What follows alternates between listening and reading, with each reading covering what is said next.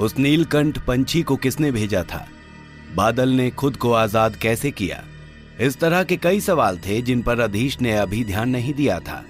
क्या वास्तव में ज्वालादत्त को मारने के बाद उसे इतनी ग्लानि थी कि वो इन सब जरूरी बातों पर ध्यान ही नहीं दे सका था, या कोई और बात थी जो उसके दिमाग में चल रही थी?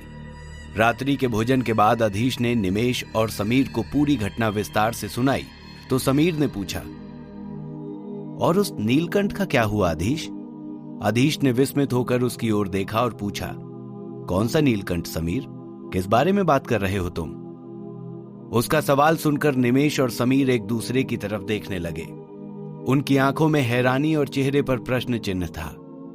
समीर ने अधीश को पूरी बात विस्तार से बताई तो अधीश सोच में पड़ गया।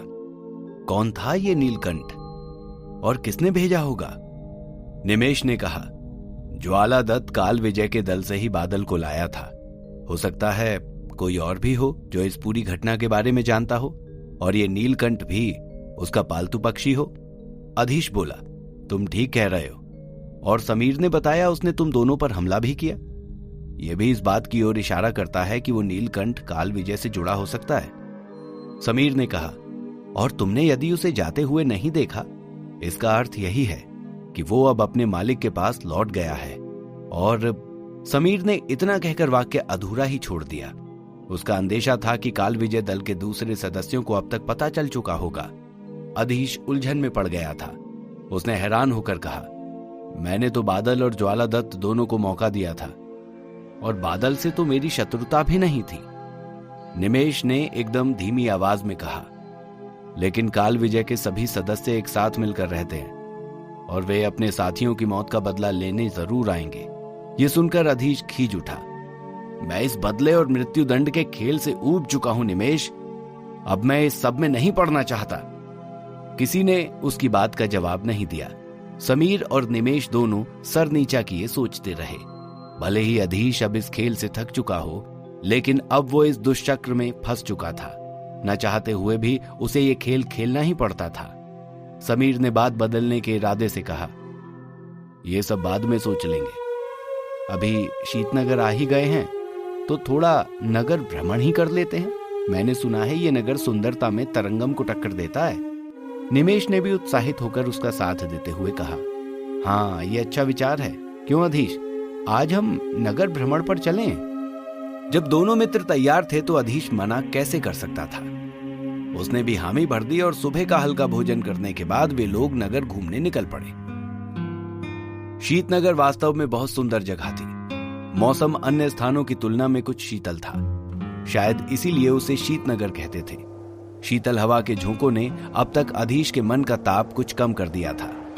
नगर में कई बड़े बाग और बागान थे, जहां सुंदर पंछी कलरव कर रहे थे और हिरणों के झुंड यहां वहां कुलांचे भर रहे थे। ये सब देखकर अधीश के मन का क्लेश दूर हो रहा था। काफी देर घूम फिर चुकने के बाद वे सब सराय वापस आ गए और अगले दिन तरंगम के लिए लौट जाने की बात तय करके लौट गए।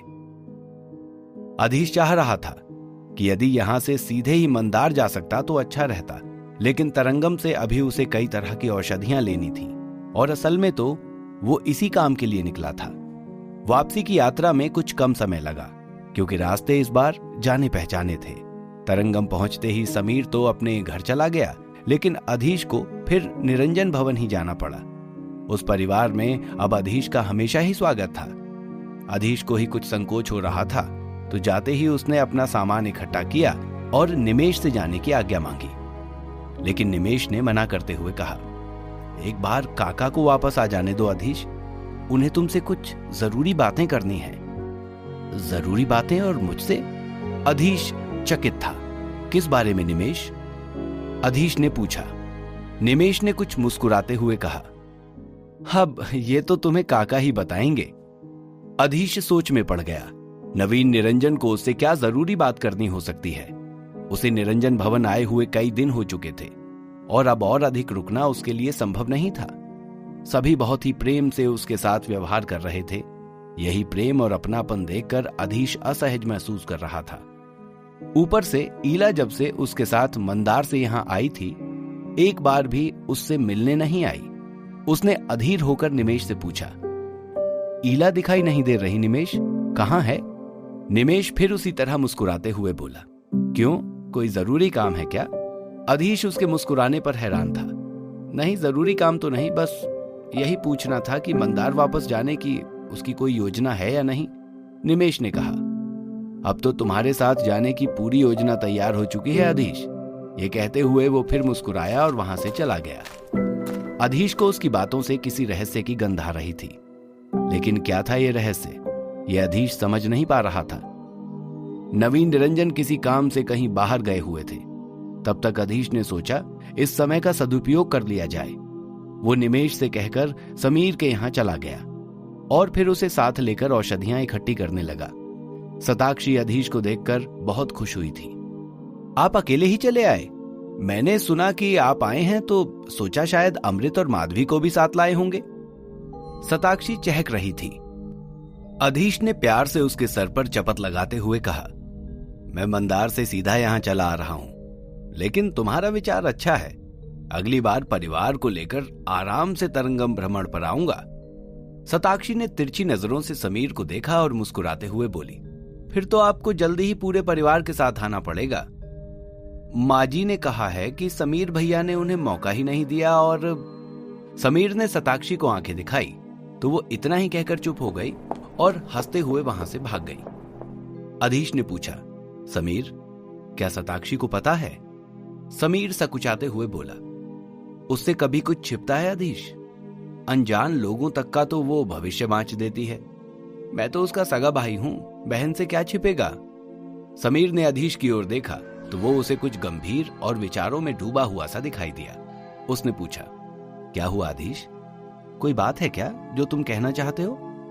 अधीश ने स्वीकार में सर हिलाया और बोला, समीर, क्या तुमने ईला से कभी इस बारे में बात की है? क्या उसके परिवार वाले, इस बात को अन्यथा मत लेना, लेकिन निरंजन परिवार के सदस्यों का दंभी स्वभाव तुम अच्छी तरह जानते हो। अधीश की बात सुनकर समीर भी कुछ परेशान हो उठा, लेकिन उस समय वास्तव में उसके पास इस मसले का कोई हल नहीं था। कुछ ही पल बाद उसने चुप्पी तोड़ी और अपनी हमेशा की उन्मुक्त हंसी हंसते हुए बोला, अब जो होगा सो देखा जाएगा। जब ओखली में सर दे ही दिया है तो मूसल से क्या डरना। अधीश भी उसके साथ हंस पड़ा, लेकिन उसके मन से चिंता के बादल अभी छटे नहीं थे। समीर बोला, अब जल्दी चलो वरना उत्कर्ष भवन के बंद होने का समय हो जाएगा। अधीश को कुछ जड़ी बूटियां उत्कर्ष भवन से लेनी थी और उनसे औषधि बनाने के लिए बलवीर जी के पास जाना था। यह सब कार्य खत्म करते करते काफी समय बीत चुका था। सारा काम खत्म करके जब वो निरंजन भवन लौटा तो उसने पाया कि पूरा परिवार रात्रि भोजन के लिए उसी की प्रतीक्षा कर रहा है। नवीन और निर्मल निरंजन भी वापस लौट आए थे। ये देखकर अधीश और अधिक संकोच में पड़ गया और बहुत विनम्रता से बोला, आप लोग इस तरह मेरी प्रतीक्षा कर रहे थे, मुझे बहुत ग्लानि होती है। नवीन निरंजन ने मुस्कुराते हुए कहा, प्रतीक्षा करना तो बनता है मांत्रिक अधीश। अब जल्दी से भोजन समाप्त कर लीजिए, फिर मुझे तुमसे कुछ जरूरी बात करनी है। जी, अधीश ने छोटा सा जवाब दिया और चुपचाप सर झुकाकर भोजन करने लगा। ज्वालादत्त से बदला और औषधियां लेने का काम पूरा हो चुका था। अब अधीश के मन को एकदम शांत और स्थिर होना चाहिए था, लेकिन फिर भी उसके दिमाग में विचारों की उथल पुथल शांत ही नहीं होती थी। अब वो एक नई उलझन में पड़ गया था। क्या बात करनी हो सकती है नवीन निरंजन को उससे? निमेश की शाम वाली बात का क्या अर्थ था? समीर इतना निश्चिंत कैसे है? यही सारे सवाल उसके दिमाग को मथ रहे थे। जैसे तैसे थोड़ा बहुत खाकर वो उठ गया। भोजन के बाद नवीन निरंजन, निर्मल और निमेश आकर बड़े कमरे में बैठ गए। अधीश भी वहीं था। नवीन ने कहना शुरू किया, अधीश, इस बात को गौर से सुनिएगा। वैसे तो मुझे ये बात आपके पिता से करनी चाहिए, लेकिन पहले मैं तुम्हारे विचार जानना चाहता हूं। अधीश के दिमाग में कुछ खटका। ऐसी कौन सी बात हो सकती है? वो समझ चुका था, लेकिन उसने कोई जवाब नहीं दिया। वो इंतजार कर रहा था कि जैसे ही उसे बोलने का मौका मिलेगा वो पूरी बात साफ कर देगा। नवीन ने उसके चेहरे पर उलझन के भाव तो देखे, लेकिन कहना जारी रखा, मैं सीधे सीधे तुमसे पूछना चाहता हूं कि क्या तुम मीला से विवाह करने के लिए तैयार हो? अधीश ये सुनते ही सन्न रह गया। इस बात की आशंका तो उसे भी हुई थी, लेकिन इस तरह सीधे सीधे ही नवीन निरंजन उसके सामने ये समस्या रख देंगे। यह उसने नहीं सोचा था। फिर भी कोई ना कोई जवाब तो उसे देना ही था। वहां उपस्थित सभी लोग उसी की ओर देख रहे थे। उसने धीरे धीरे कहना शुरू किया, मुझे और मेरे पिताजी दोनों को ही यह प्रस्ताव मानने में बहुत खुशी होगी, बल्कि ये हमारे लिए सम्मान की बात होगी। लेकिन आप तो जानते ही हैं, मैं पहले से ही विवाहित हूं, 2 पत्नियां और 2 बच्चे हैं। फिर मुझे ईला की मंशा के विषय में भी कुछ पता नहीं है। ये सुनकर नवीन निरंजन कुछ सोच में पड़ गए। अधीश ने सीधे सीधे मना करने की बजाय बड़ी होशियारी से समस्या की ये गेंद उन्हीं के पाले में डाल दी थी। नवीन ने कहा, ईला की मंशा पूछने की क्या आवश्यकता है? मैं जहां कहूंगा वहीं उसका विवाह होगा। मेरे परिवार का नाम पूरे राज्य में सम्मान से लिया जाता है और विश्वाजी के बारे में भी कौन नहीं जानता। इससे अधिक जरूरी बात एक विवाह के लिए और कोई हो ही नहीं सकती कि ये 2 बराबरी के परिवारों के बीच हो। और रही ईला की मंशा की बात, तो वो तुम्हारी अच्छी मित्र है, ये सबको पता ही है। अधीश ये सुनकर घबरा गया। जिस बात से वो डरता था, आखिर वो बात सामने आ ही गई। समीर के लिए भी वो इसीलिए घबरा रहा था कि कहीं परिवार के सम्मान के प्रश्न पर नवीन निरंजन अड़ गए तो फिर वो किसका साथ देगा। इन दिनों वो निरंजन परिवार के काफी नजदीक आ चुका था और समीर तो था ही उसका गहरा मित्र। अधीश ने कहा, फिर भी आप ईला से एक बार पूछ लें तो। नवीन निरंजन जोर से हंस पड़े। तो फिर तुम्हें कोई आपत्ति नहीं होगी ना? तुम्हारी इसी समझदारी और सज्जनता का तो मैं प्रशंसक हूं अधीश। चलो, तुम्हारे लिए यह भी कर लूंगा और तुम्हारे पिता से बात भी कर लूंगा। अधीश ने स्वीकार में सर हिला दिया। इस समय उसके पास दूसरा कोई चारा भी नहीं था। उसे पूरा विश्वास था कि नवीन के पूछने पर ईला समीर के बारे में सब कुछ बता देगी, लेकिन समीर से वो क्या कहेगा और किस मुंह से कहेगा? अधीश सोच रहा था, मैं यहां आया ही क्यों था, और आया था तो ईला के साथ आने की क्या जरूरत थी। लेकिन अब क्या हो सकता था? जो होना था वो तो हो ही चुका था। अधीश तरंगम में बैठा इस समस्या पर विचार कर रहा था और नीलकंठ पंछी हजारों कोस दूर अपने ठिकाने पर पहुंच चुका था। एक बहुत ही भव्य महल में बैठा उसका स्वामी उसका इंतजार कर रहा था। महल में बहुत से मांत्रिक और सेवक थे। ऐसा लगता था कि उसका मालिक कोई बहुत ही प्रभावशाली व्यक्ति है। नीलकंठ पंछी जाकर सीधे उसके सामने बैठ गया। कहो नीलमणि, क्या समाचार लाए हो?